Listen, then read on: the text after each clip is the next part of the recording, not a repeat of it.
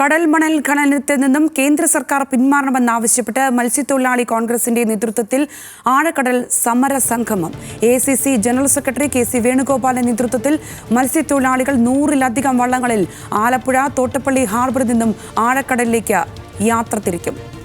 വിവരങ്ങളുമായി അവിടെ നിന്ന് ദേവൻ MP ചേരുന്നുണ്ട്. ദേവൻ, എപ്പോഴാണ് സമരം ആരംഭിക്കുന്നത്? എത്തരത്തിലാണ് അവിടുത്തെ സാഹചര്യങ്ങളുള്ളത്?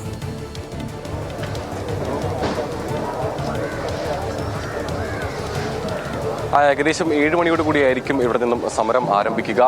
കടൽമണൽ ഖനനത്തിൽ നിന്നും കേന്ദ്ര സർക്കാർ പിന്മാറണമെന്ന ആവശ്യമുയർത്തിക്കൊണ്ടാണ് മത്സ്യത്തൊഴിലാളി കോൺഗ്രസിന്റെ നേതൃത്വത്തിൽ ഇത്തരമൊരു സമരം സംഘടിപ്പിക്കുന്നത്. കഴിഞ്ഞ ദിവസം കൊല്ലം ജില്ലയിലും ഇത്തരത്തിലൊരു സമരം സംഘടിപ്പിച്ചിരുന്നു. ആഴക്കടലിലേക്ക് മത്സ്യത്തൊഴിലാളികൾ ബോട്ടുകളുമായി പോയി ആഴക്കടലിൽ ഒരു സമരസംഗമം നടത്തിക്കൊണ്ടാണ് ഈ ഒരു കടൽമണൽ ഖനനത്തിനെതിരെ ഒരു പ്രതിഷേധം അറിയിക്കാനായി മത്സ്യത്തൊഴിലാളികൾ തീരുമാനിച്ചിട്ടുള്ളത്.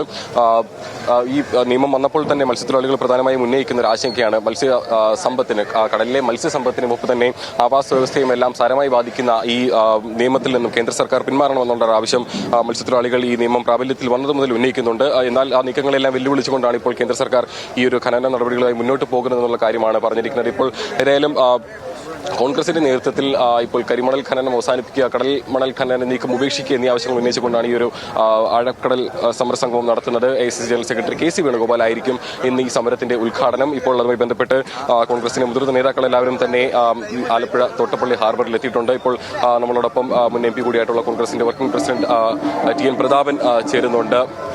ഇപ്പോൾ കേന്ദ്ര സർക്കാർ ഇപ്പം ഈ ഒരു മത്സ്യത്തൊഴിലാളികൾ ശക്തമായി പ്രതിഷേധം അറിയിച്ചിട്ടും ഇപ്പോൾ ഈ ഒരു ഖനന നീക്കവുമായി മുന്നോട്ട് പോയിക്കൊണ്ടിരിക്കുകയാണ്. ഇപ്പോൾ കൊല്ലത്തടക്കമുള്ള അതിന്റെ നടപടികളെല്ലാം ആരംഭിച്ചിട്ടുണ്ട്. എങ്ങനെയായിരിക്കും ഈ ഒരു നിയമത്തിൽ നിന്ന് കേന്ദ്ര സർക്കാരെ പിന്തിരിപ്പിക്കാൻ ഈ ഒരു ഘട്ടത്തിൽ നമുക്ക് ശ്രമിക്കാനാവുക? ഈ രാജ്യവ്യാപകമായ മത്സ്യത്തൊഴിലാളികൾ പ്രതിഷേധം കടൽ മണൽ ഖനനത്തിനെതിരായി നിൽക്കുകയാണ്. കേരളത്തിലാണ് ആ പ്രതിഷേധം അതിശക്തമായിട്ടുള്ളത്. ഇപ്പോൾ മത്സ്യത്തൊഴിലാളി കോൺഗ്രസും കൂടി ചേർന്ന് ആലപ്പുഴയിൽ കൺവെൻഷൻ നടത്തി, കൊല്ലത്ത് കൺവെൻഷൻ നടത്തി, രാപ്പകൽ സമരം നടത്തി, പിന്നെ സംയുക്ത സമിതി ഹർത്താൽ നടത്തി. ഇപ്പോൾ ഈ മത്സ്യത്തൊഴിലാളി കോൺഗ്രസും കൂടി ചേർന്നുകൊണ്ട് ആഴക്കടൽ സമരസംഗമം നടത്തുകയാണ്. എല്ലാവരെയും കൂട്ടി യോജിപ്പിച്ചിട്ടാണ്. പക്ഷെ എന്നിട്ടും കേന്ദ്ര സർക്കാർ കണ്ണു തുറക്കണമെന്നില്ലെന്ന് മാത്രമല്ല, ടെൻഡർ നടപടികൾ മുന്നോട്ട് പോയി. ടെൻഡർ നടപടികൾ മുന്നോട്ട് പോയതിനു ശേഷം കേന്ദ്ര സർക്കാർ പറയുന്നത് ടെൻഡർ എടുക്കുന്ന കമ്പനി തന്നെ ആഘാത പഠനം നടത്തുന്നതാണ്, പരിസ്ഥിതി ആഘാത പഠനം നടത്തുന്നവരാണ്. അപ്പോൾ ഈ ശരിക്കും പറഞ്ഞാൽ ഈ കള്ളൻ്റെ കയ്യിൽ താക്കോല് കൊടുക്കുന്നതിന് തുല്യമാണ് ടെൻഡർ കിട്ടുന്ന കമ്പനി പരിസ്ഥിതി ആഘാത പഠനം നടത്തുക എന്ന് പറയുന്നത്.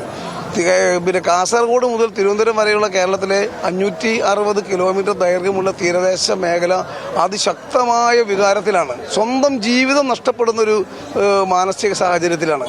ആ പ്രതിഷേധം ശക്തമാണ്. അതുകൊണ്ടാണ് ഞങ്ങൾ ഇന്ന് അഖിലേന്ത്യാ കോൺഗ്രസ് കമ്മിറ്റിയുടെ ജനറൽ സെക്രട്ടറി KC വേണുഗോപാൽ MPയുടെ നേതൃത്വത്തിൽ ഇവിടെ കൃപാസനത്തിലെ അച്ഛൻ ഉൾപ്പെടെ M ലിജു ഉൾപ്പെടെ എല്ലാ പ്രധാനപ്പെട്ട ആളുകളും ഇതിൽ പങ്കെടുക്കുന്നുണ്ട്. രാഷ്ട്രീയ ജാതി മത വ്യത്യാസമില്ലാതെ എല്ലാവരും കൂടി പങ്കെടുത്ത് ഈ കേരളത്തിന്റെ പ്രതിഷേധം ആഴക്കടലിൽ ഒരു സമരസംഗമം ഇന്ത്യയുടെ ചരിത്രത്തിൽ ഒരു പക്ഷേ ആദ്യമായിട്ടാവും. ആഴക്കടൽ അങ്ങനെ ഒരു സമരസംഗമം നമ്മൾ ഇന്ത്യയിൽ കേട്ടിട്ടില്ല, ലോകത്തിൽ എവിടെയുണ്ട് നമുക്ക് അറിഞ്ഞുകൂടാ. അപ്പം അതിനർത്ഥം അത്രമാത്രം പ്രതിഷേധവും വികാരവും ഒരു ജനതയ്ക്കുണ്ട്. അത് പിറന്ന മണ്ണിൽ നിന്ന് മാറ്റി ഓടിപ്പിക്കാൻ വേണ്ടിയിട്ടുള്ള ശ്രമത്തിന്റെ ഭാഗമാണ്. ഇതുകൊണ്ട് സമരം അതിശക്തമായി തുടരുക തന്നെ ചെയ്യും.